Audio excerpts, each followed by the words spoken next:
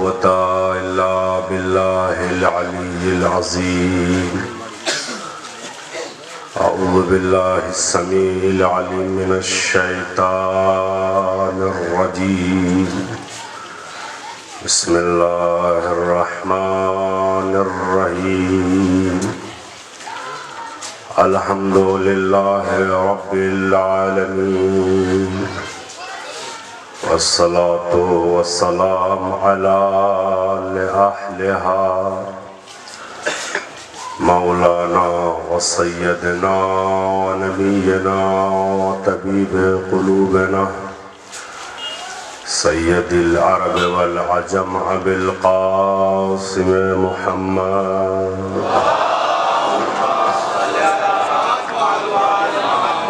وعلى آل بيته الطيبين الطاهرين المعصومين المظلومين، ولعنة الله على أعدائهم أجمعين وغاصب حقوقهم ومنكر فضائلهم أجمعين، ولعنة الله على أعدائهم من يومنا إلى قيام يوم الدين.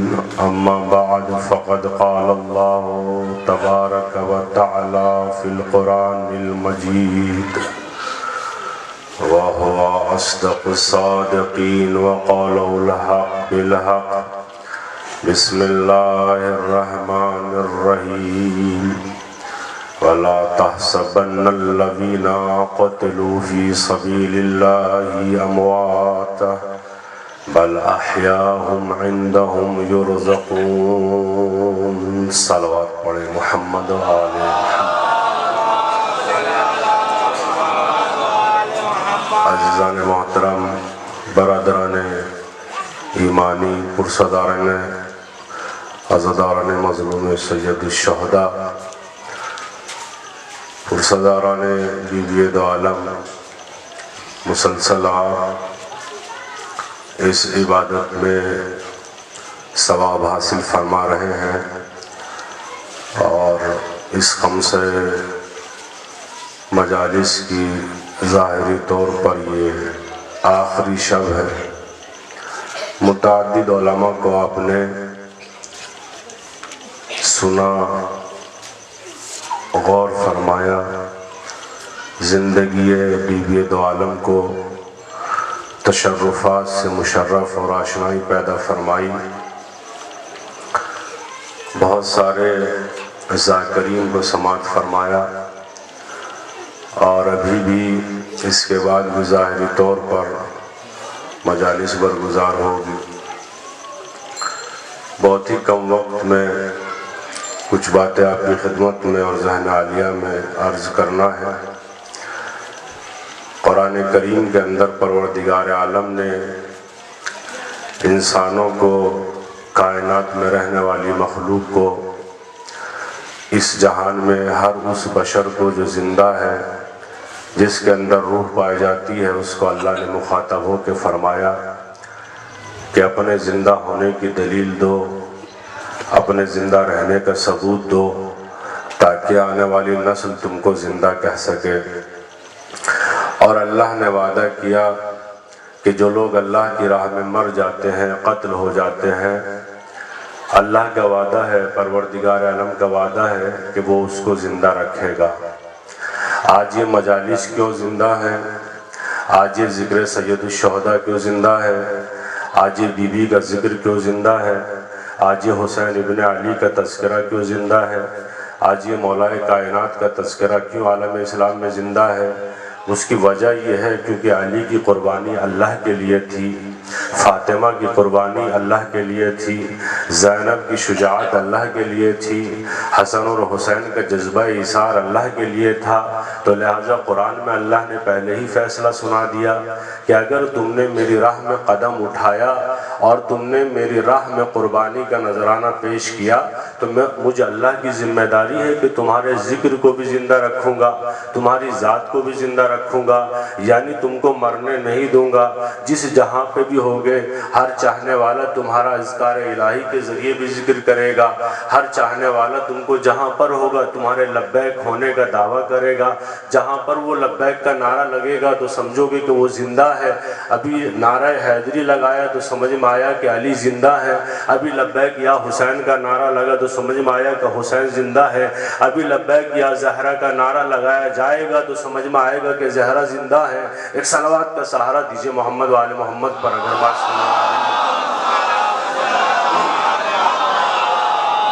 لہٰذا یہ اللہ کا وعدہ ہے کہ ہم تمہارے ذکر کو زندہ رکھیں گے، صرف شرط یہ ہے کہ تم ہمارے لیے قدم بڑھاؤ۔ جب تمہارا قدم ہمارے لیے ہوگا، نماز ہمارے لیے ہوگی، رکوع ہمارے لیے ہوگا، سجدہ ہمارے لیے ہوگا، زکوٰۃ ہمارے لیے ہوگی، حج ہمارے لیے ہوگا، ارکان الہی ہمارے لیے ہوں گے، مجلس ہمارے لیے ہوگی، ماتم ہمارے لیے ہوگا، یہ فرش اعضا پر بیٹھنا ہمارے لیے ہوگا، یہ خلوص کے ساتھ ہوگا، یہ آنا اخلاص کے ساتھ ہوگا۔ اب ہم اللہ کی ذمہ داری ہے کہ ہم تم کو اس فرش پر بیٹھنے کے بعد سب سے اونچی قوم بن کے ابھاریں گے۔ ہم اللہ کا وعدہ ہے کہ ہم تم کو دنیا میں کسی بھی طریقے سے گامزن ہونے کے ساتھ گمراہی کی طرف نہیں لے جائیں گے، بلکہ ہم اللہ کا وعدہ ہے کہ تمہاری شناخت یہ ہوگی کہ ہر آنے والا بلکہ ہر دیکھنے والا آنے والے کو دیکھنے کے بعد یہ کہے گا کہ یہ فاطمہ کا شیعہ ہے، یہ علی ابن ابی طالب کا شیعہ ہے، یہ حسین کا شیعہ ہے، یہ حسن کا شیعہ ہے، یہ 12 امام کا شیعہ ہے۔ یعنی اس کا مطلب یہ ہے کہ فاطمہ کے لیے جو لفظ طاہرہ استعمال ہوا، یعنی اس بی بی سے مطہرہ کوئی بی بی نہیں، تو اس کا مطلب یہ ہے کہ آپ کے اوپر ذمہ داری ہے کہ اب آپ سے طاہر بھی کوئی نہیں ہونا چاہیے۔ اگر وہ ذاکرہ ہے تو آپ سے بڑا کوئی ذاکر نہیں ہونا چاہیے، اگر وہ زکیہ ہے تو اس کا مطلب یہ ہے کہ آپ سے بہتر نفس کسی کا نہیں ہونا چاہیے، اگر وہ طاہرہ ہے تو آپ سے بڑا پاکیزہ کوئی انسان نہیں ہونا چاہیے، اگر وہ سچی ہے تو آپ سے بڑا کوئی سچا نہیں ہونا چاہیے۔ ایک صلوات پڑھیے محمد و آل محمد پر۔ لہٰذا اس بی بی کے لیے ذکر ہوا کہ یہ طاہرہ ہے، مطہرہ ہے، صدیقہ ہے، زکیہ ہے، نفسیہ ہے، مرضیہ ہے، راضیہ ہے۔ اِنَّا أَعْطَيْنَاكَ الْكَوْثَرَ فَصَلِّ لِرَبِّكَ وَانْحَرْ إِنَّ شَانِئَكَ هُوَ الْأَبْتَرُ۔ اللہ نے جس کی شان میں پورا سورہ کوثر اتار دیا تو اس کا مطلب یہ ہے کہ جو اس کا چاہنے والا ہے، جو اس کا ماننے والا ہے تو وہ سچا ہونا چاہیے، وہ جھوٹا نہیں ہونا چاہیے، وہ پاکیزہ ہونا چاہیے، وہ ناپاک نہیں ہونا چاہیے۔ اس کا مطلب یہ ہے کہ سیدہ جو اپنا حق مانگنے کے لیے گئی تھی دربار میں، وہ حق مانگنے نہیں گئی تھی، دشمن کے گھر پر دشمن کو ذلیل کرنے کے لیے گئی تھی۔ باغ صدق کی کوئی حیثیت نہیں، کوئی وقار نہیں، کوئی مرتبہ نہیں۔ سیدہ کے یہاں، بی بی کے یہاں یہ جو باغ ہے، یہ جو لفظ باغ کہ حضور بی بی گئی تھی، آپ کی طرف سے دعویٰ ہوا، دوسری طرف سے جواب آیا کہ پہلی تو بات وہ باغ تھا ہی نہیں، اور اگر باغ تھا بھی تو نہیں دیا، اور نہیں دیا کسی مصلحت کے تحت نہیں دیا۔ اب آپ بھی کبھی کبھی برا مان جاتے ہیں تو برا مت مانیے گا، اچھا ہوا کہ نہیں دیا۔ اگر دے دیتے تو سچے کہلائے جاتے، نہیں دیا تو جھوٹے کہلائے گئے۔ میں کیا سن رہے ہیں آپ؟ ذرا سے بیدار ہو جائیے، آمادہ ہو جائیے۔ ایک صلوات بھیجو محمد والے محمد۔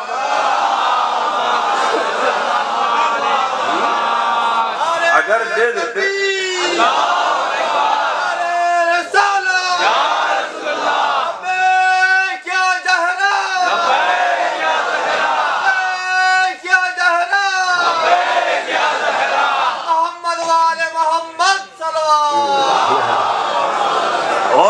گا اور سمجھئے گا کہ نہیں دیا تو اس کا مطلب یہ ہے کہ سیدہ حق لینے کے لیے نہیں گئی تھی، حق مانگنے کے لیے نہیں گئی تھی، خود بیت المال تھا، بیت الشرف میں بیت المال تھا، تو اس کا مطلب مقصد کچھ اور تھا۔ سیدہ نے بتایا کہ ہم جو یہ رقعہ جو نوشتہ نبی مکرم نے لکھا کہ سیدہ یہ تمہارا حق ہے، یہ تمہاری پراپرٹی ہے اور ہم تم کو یہ میراث میں دے رہے ہیں، تو لہٰذا اس کو ہمارے بعد لے لینا۔ اب سیدہ چلی دربار میں پہنچی۔ اب دربار میں جو بیٹھا تھا اس نے کہا کہ نبیوں کا کوئی حق نہیں ہوتا ہے، نبی کوئی میراث چھوڑ کر نہیں جاتے ہیں۔ اب آئیے قرآن کریم کی ایک دلیل سن لیجئے تاکہ بات واضح ہو جائے۔ اللہ نے جنت کا وعدہ کیا، ہر مسلمان سے وعدہ کیا کہ نماز پڑھو گے تو جنت ملے گی، حج کرو گے تو جنت ملے گی، زکوٰۃ دو گے تو جنت ملے گی۔ مگر اللہ نے ایک آیت کے پورے خوبصورت انداز میں قرآن کریم کے اس الفاظ اور لفاظی میں باادب ہو کر لوگوں سے، انسانوں سے، مومنوں سے کہا بسم اللہ الرحمن الرحیم وَجَزَاهُمْ بِمَا صَبَرُوا جَنَّةً وَحَرِيرًا۔ ہم نے جنت کو صبر میں دی ایک خاص لوگوں کو۔ ڈھونڈیے دنیا انسانیت میں وہ خاص لوگ کون ہیں کہ جنہوں نے صبر کیا ہو اور اللہ نے صبر کے بدلے جنت کو دیا ہو۔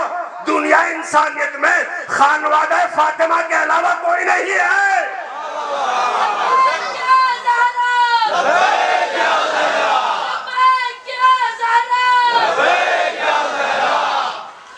دنیا انسانیت میں فاطمہ کے خانوادے کے علاوہ جس نے صبر کیا ہو، اگر دنیا میں ہو کوئی ایسا خاندان کہ جزاؤہم بما صبروا جنتا وحریرا کے مصداق میں آ جائے اور اس کے بعد اللہ نے جزا بنا کر دیا، پرائز بنا کر دیا، فاطمہ تم نے صبر کیا، تمہارے شوہر نے صبر کیا، حسن نے صبر کیا، حسین نے صبر کیا، زینب نے صبر کیا، لہذا ہم نے اس جنت کو پرائز بنا کے دیا، ہدیے میں دیا، گفٹ میں دیا، تمہاری میراث میں دیا۔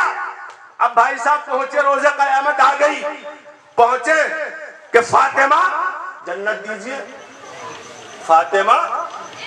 لیکن ایک وقت میں یا آپ ساجد ہیں یا آپ عابد ہیں، یا آپ عبادت کر رہے ہیں یا آپ سجدہ کر رہے ہیں، مگر اللہ نے اہل بیت کو عام انسانوں سے منفرد بنایا، یعنی فاطمہ کو اللہ نے دنیا کی ہر عورت سے منزہ اور منفرد بنایا، یعنی فاطمہ کے سامنے حوا کچھ نہیں، فاطمہ کے سامنے سارہ کا کوئی وجود نہیں، فاطمہ کے سامنے مریم کی کوئی حیثیت نہیں، فاطمہ کے سامنے آسیہ کا کوئی وجود نہیں۔ آپ کہیں گے مولانا صاحب اس سے کیا مطلب ہے کہ حوا کا کوئی وجود نہیں، سارہ کا کوئی وجود نہیں، آسیہ کا کوئی حیثیت نہیں، مریم کی کوئی حیثیت نہیں۔ آسیہ کون ہے؟ کہ حضور فرعون کی بیوی ہے۔ کیا کہا اللہ نے؟ امرأتا بسم اللہ الرحمن الرحیم مسئلہ امرأتا فرعون، یہ جو فرعون کی بیوی ہے مسلمانوں تمہارے لیے آئیڈیل ہے، تمہارے لیے نمونہ عمل ہے، چونکہ نمونہ عمل ہے کہ زندگی پوری پوشیدہ ہے، کوئی عمل ظاہر نہیں ہے، نماز پڑھی کہ نہیں پڑھی پورا عمل پوشیدہ، زکوٰۃ دی نہیں دی پورا عمل پوشیدہ، حج کیا نہیں کیا پورا عمل پوشیدہ، کہ سارا عمل تو پوشیدہ ہے آسیہ کا۔ اسی کے سامنے ایک صلوات پڑھیے محمد وآل محمد۔ مولانا فیروز صاحب قبلہ تشریف لا رہے ہیں، بلند ترین صلوات پڑھیے محمد وآل محمد۔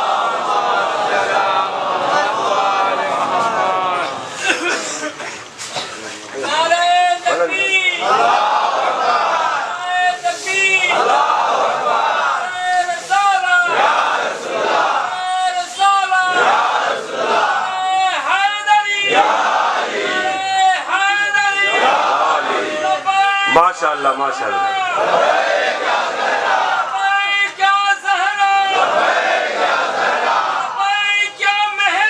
لبیک یا مہدی،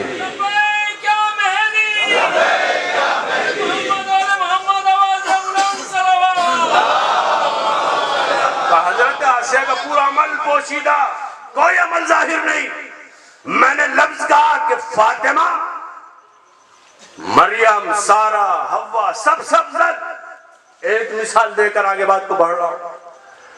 آسیہ کون ہے؟ کہ فرعون کی بیوی ہے، پورا عمل پوشیدہ، نماز پڑھتی تھی نہیں پڑھتی تھی، زکوٰۃ حج روزہ نماز، کہ حضور سارا عمل پوشیدہ، کہ اگر وہ پڑھتی تو فرعون قتل کروا دیتا، کیونکہ فرعون اپنے آپ کو انا ربکم الاعلی، میں تمہارا سب سے بڑا پروردگار ہوں، تو قبول کرتا؟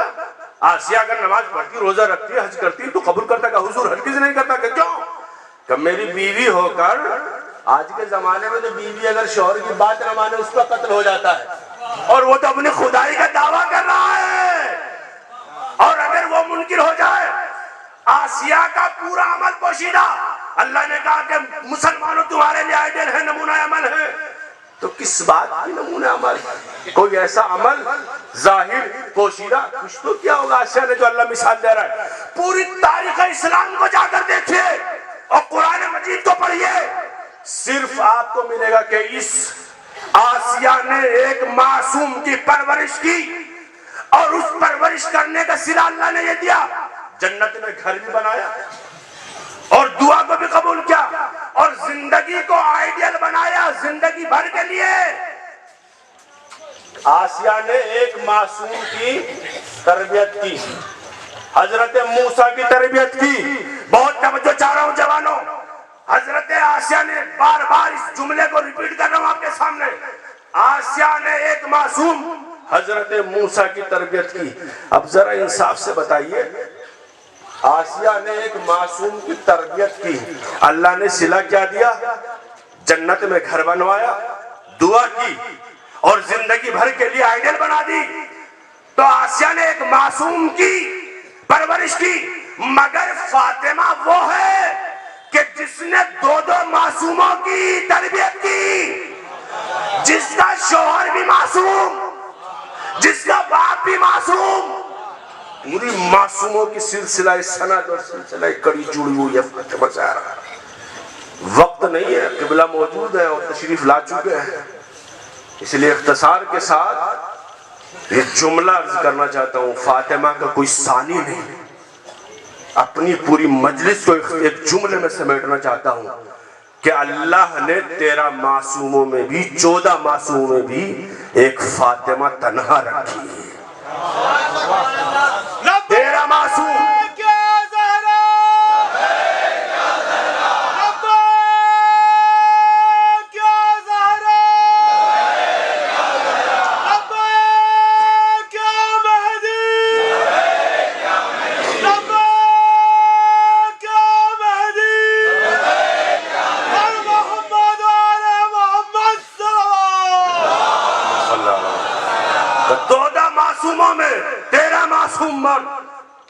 تنہا فاطمہ ہے معصومہ، اور اس کڑی کو اللہ نے سلسلہ عصمت میں اس طریقے سے جوڑا کہ اس کے بعد عصمت تو بہت ساری آئی مگر عصمت کبریٰ کوئی نہیں آئی۔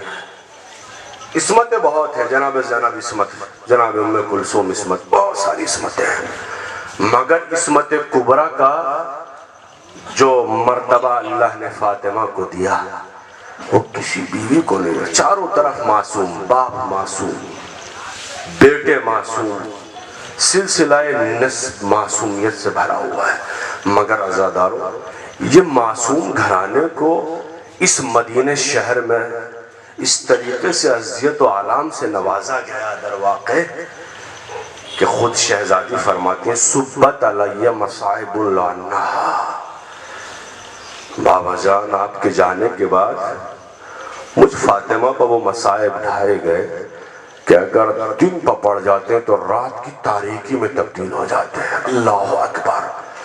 شاید یہ جملہ میرے اور آپ کے لیے بڑا عجیب و غریب جملہ ہو، کوئی احساس نہ رکھتا ہو، مگر فاطمہ عظمیٰ، فاطمہ کبریٰ یہ جملہ ارشاد فرما رہی ہے کہ بابا جان آپ کے جانے کے بعد، یعنی فاطمہ یہ بتاتی ہے اور یہ کہنا چاہتی ہے کہ بابا جان آپ کے جانے کے بعد مدینہ والوں نے ہمارا عزوقہ بند کر دیا، مدینہ والے جو آپ کا کلمہ پڑھتے تھے در واقع ہم کو پریشان، اب فاطمہ کا اور علی کا بائیکاٹ کر دیا۔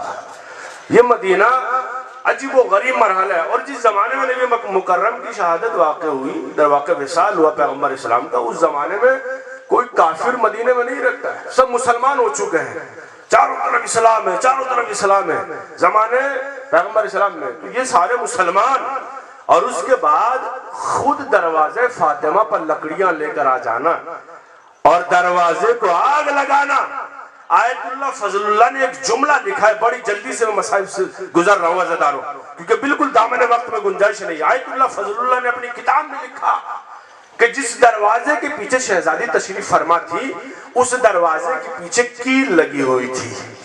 اللہ اکبر، اجرکم من اللہ۔ شاید جملہ جو صاحبان اولاد ہیں اور جو شادی شدہ افراد ہیں، جو اپنی بیویوں سے بہترین محبت کا دعویٰ اور بہترین محبت کرتے ہیں، اور شاید ان کو احساس ہو کہ اس غربت کے عالم میں کہ کوئی وقت ایسا ہے، شہزادی جس دروازے کے پیچھے تشریف فرما ہے، اس دروازے کے پیچھے کیلیں لگی ہوئی ہے۔ آیت اللہ فضل اللہ نے لکھا کہ جب ظالموں نے اس دروازے کو لات ماری تو یہ دروازہ جب شہزادی کے شکم پہلو پر گرا تو کیلیں شہزادی کے پیٹ میں پیوست ہو گئی۔ اللہ اکبر، اجرکم من اللہ۔ مولا کوئی غم نہ مظلوم کربلا کے فوراً شہزادی کی آواز بلند ہوئی، اسماء اینا میرا محسن شہید ہو گیا۔ اللہ اکبر، اسماء قریب آئی، شہزادیاں قریب آئی۔ آنے کے بعد شہزادی کو سنبھالنے کے بعد اس حجرہ مبارکہ میں لے کر کے جس میں شہزادی اپنی عبادت کرتی تھی، شہزادی جاتی وصیت کر رہی ہیں، بات کر رہی ہیں، اسماء جب میرے بچے آئے تو جب وہ آئے داخل ہو تو سب سے پہلے ان کو میری خبر مت دینا، بچوں کو پہلے کھانا کھلا دینا، یہ ماں کی خاصیت ہے۔ عزاداروں، اگر آپ بھی باہر جاتے ہیں، اپنے کام سے جاتے ہیں، کسی بھی حوالے سے جاتے ہیں، تو جو بیوی ہوتی ہے اس کا اپنا ایک سوال ہوتا ہے، بہن ہوتی ہے اس کا اپنا ایک سوال ہوتا ہے، بچہ ہوتا ہے اس کا اپنا ایک سوال ہوتا ہے، مگر ایک ماں ہوتی ہے جس کا ایک معصوم سوال ہوتا ہے، اور وہ ماں یہی پوچھتی ہے، بیٹا کہ کھانا ملا کہ نہیں ملا، بیٹا کچھ کھانا نصیب ہوا یا نہیں ہوا۔ مدینے میں یہی سوال شہزادی نے اسماء سے کہا کہ جب میرے بچے آئے تو سب سے پہلے یہی پوچھنا، بچوں پہلے کھانا کھا لو، مگر یہ عام بچے نہیں عزادارو۔ سوال کیا میری مادر گرامی کہاں ہے؟ بچے دوڑے ماں کے قریب پہنچے، اب جو ماں کا شانہ ہلایا، دیکھا ماں اس دنیا میں نہیں ہے، دونوں بچے ماں سے لپٹ گئے۔ آواز اماں، یہ تیرا غریب حسین آیا ہے، یہ حسن آیا ہے، اماں ذرا بات کرو۔ مگر عزادارو، شاید یہ آخری ودا حسین ابن علی رخصت کے بعد وقت وعدہ کر چکے، اماں کل کربلا یہ حسین بلائے گا، ضرور آ جانا۔